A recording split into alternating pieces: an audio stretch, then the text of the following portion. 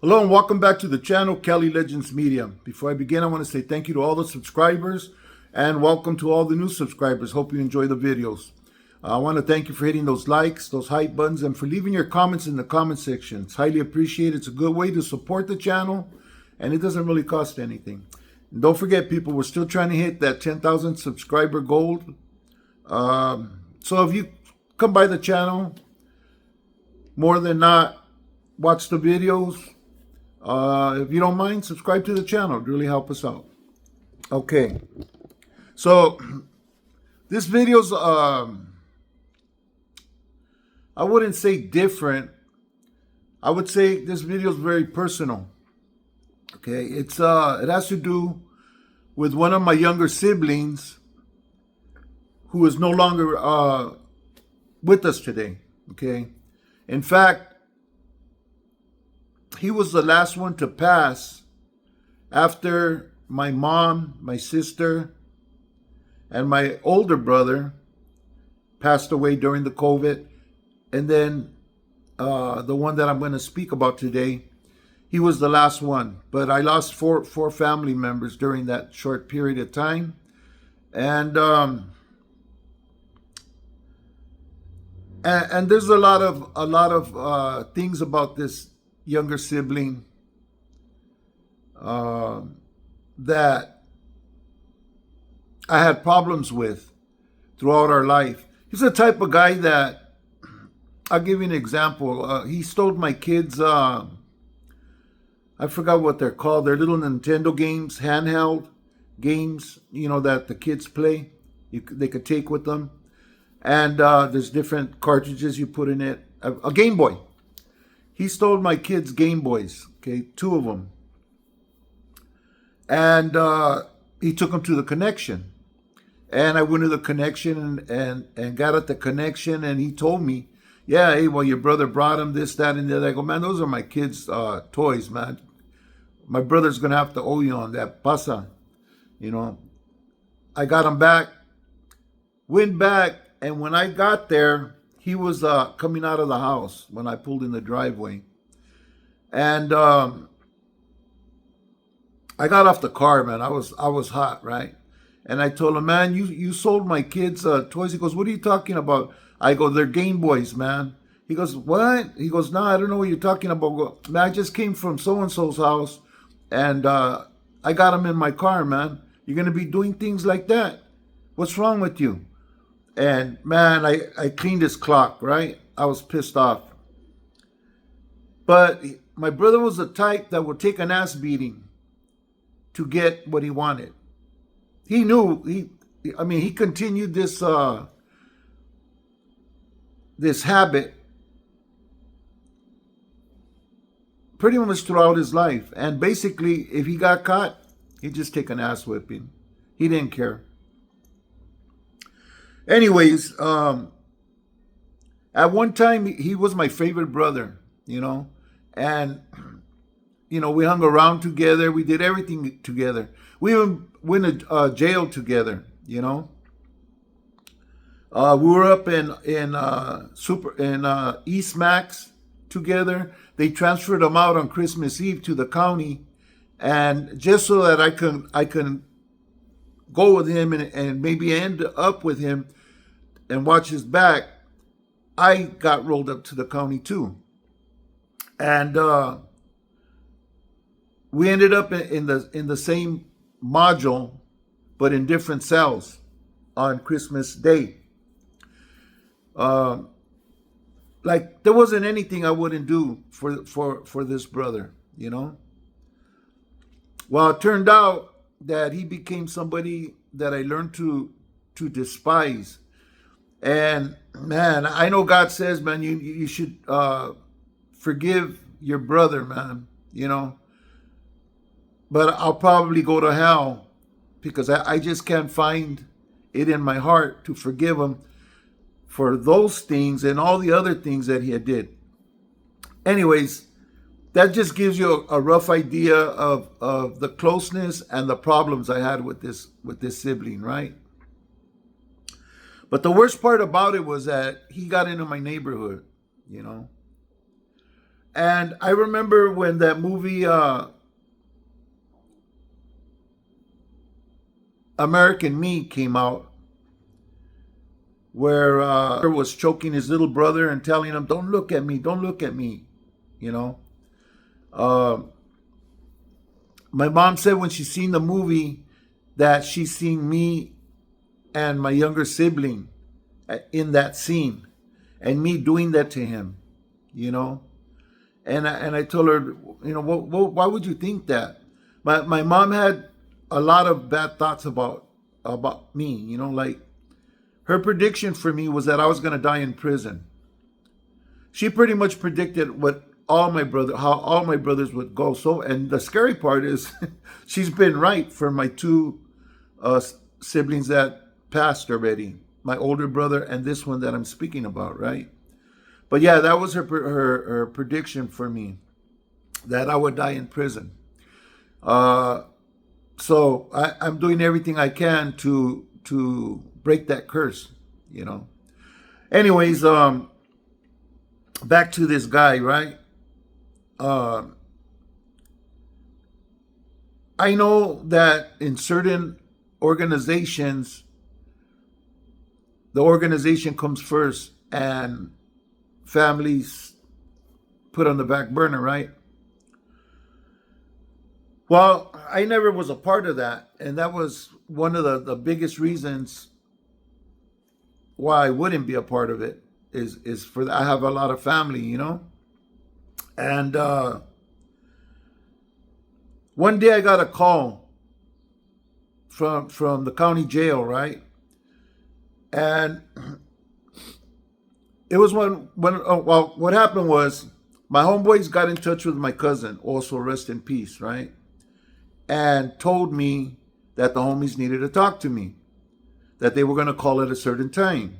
So I made myself be there at that time.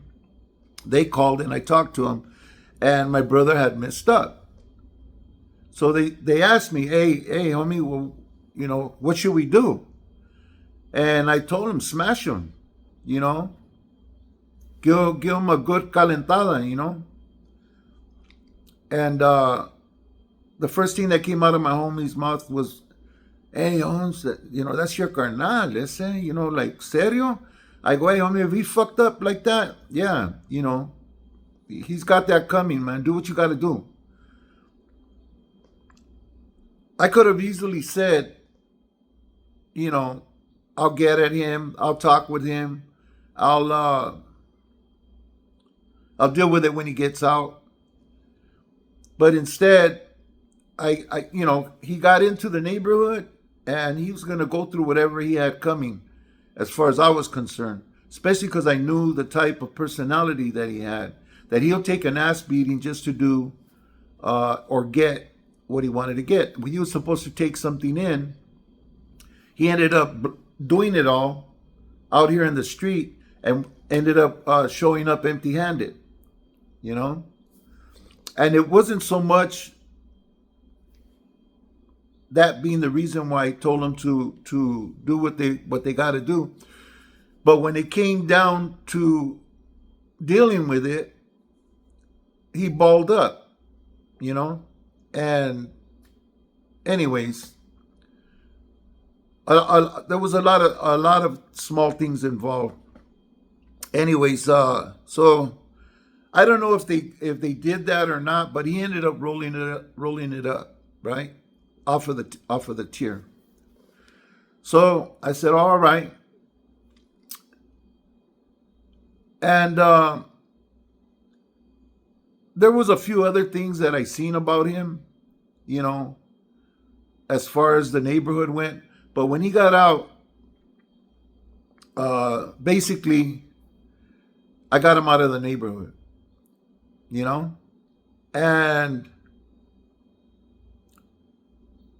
I would say maybe like a week later, my homeboy Tonito, rest in peace, and another homie came and wanted to address this issue with my brother. And I told him, hey, man, look,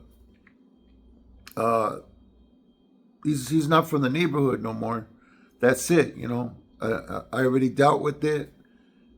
Just leave it alone, Nah, but they still want to get this guy, right? I said, look, man, that's my mom's favorite. All you're gonna do is hurt my mom. For what he did, that's it, man. He's not from the neighborhood no more. You know, and believe me, he got a good one. Like he got one like if he was just anybody, not like he was my brother. And later on through life, and I asked him, and he knew he was getting out, and he agreed. He wanted out. So, in other instances, he may have been taken out. He was very fortunate that I was his brother and was able to handle it the way I did.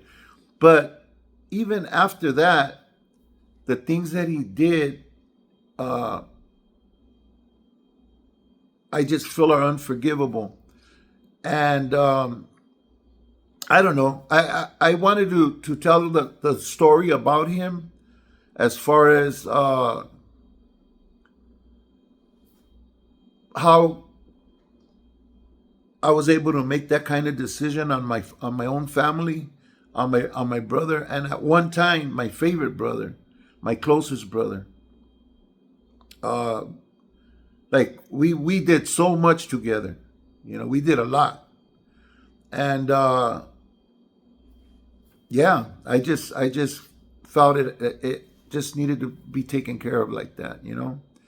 So, anyways, that being said, let me know what you think in the comment section. What would have done? Being a young up and coming in your neighborhood, and I know family comes first and all of that, but this guy, man, even turned out to be more despicable as time went by, and things that I found out about him, and things that he even done towards my mom. So, like, I have no regret on the way I treated him. My only regret, and it's for selfish reasons, is that I can't forgive him, and I don't think I will, and I'll probably end up burning in hell behind it, for not being able to let that go on my own brother and find forgiveness in my heart for him. But the things that he did are so vile to me and so disgusting, you know, that when he passed, it was nothing to me. I didn't feel bad. Uh, in fact, I think there might have been a little glow inside of me, that he was already gone, and yeah, it goes that deep. Um, but yeah, he was the last one of my siblings to pass. So he left behind my sister, myself, and my youngest brother, who I thank God never got in the neighborhood, never got involved with the streets or anything like that. And I thank God for that, you know. Uh, and I don't think I could take no credit for that, even though I tried my best to let everybody know he wasn't to be from the neighborhood. But I think a lot of it was his own thinking, and him seeing what we went through and what we were going through, and wanting a better life. Anyways, he's doing good, and my sister, she's the oldest one. She's actually the matriarch of the family, and she's up there in age, but she's doing very well. Her and her husband, they own a house up in towards the Whittier area. They're doing fine.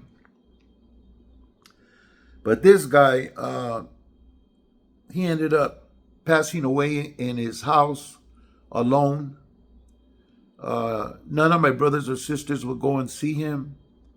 Uh, we suspected he may have had AIDS, you know, uh, among other health conditions, and basically he did a lot of my family wrong. He was just a really despicable, dirty guy, man. Anyways, let me know in the comment section what you guys think, about feeling that way towards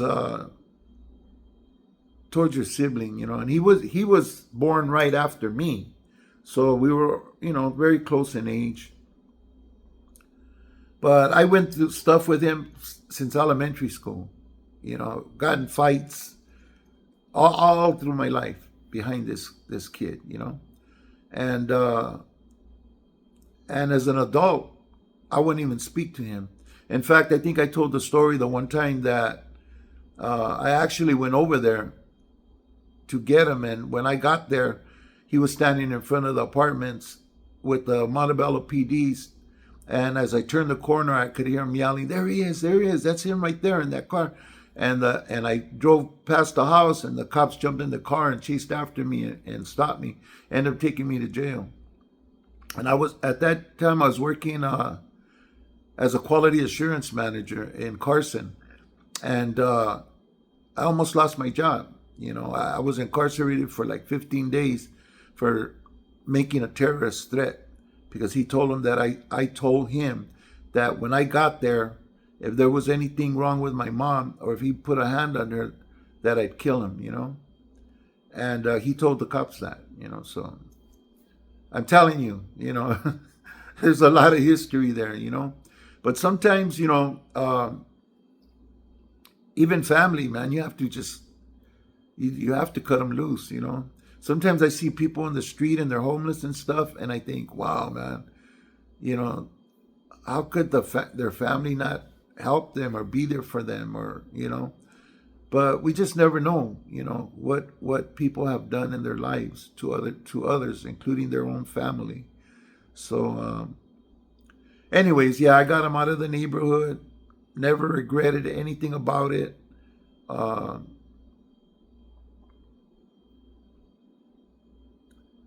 It's just something that I thought I'd never do. You know, it was always family first. I was taught growing up, family first. Family comes first. Blood's thicker than water.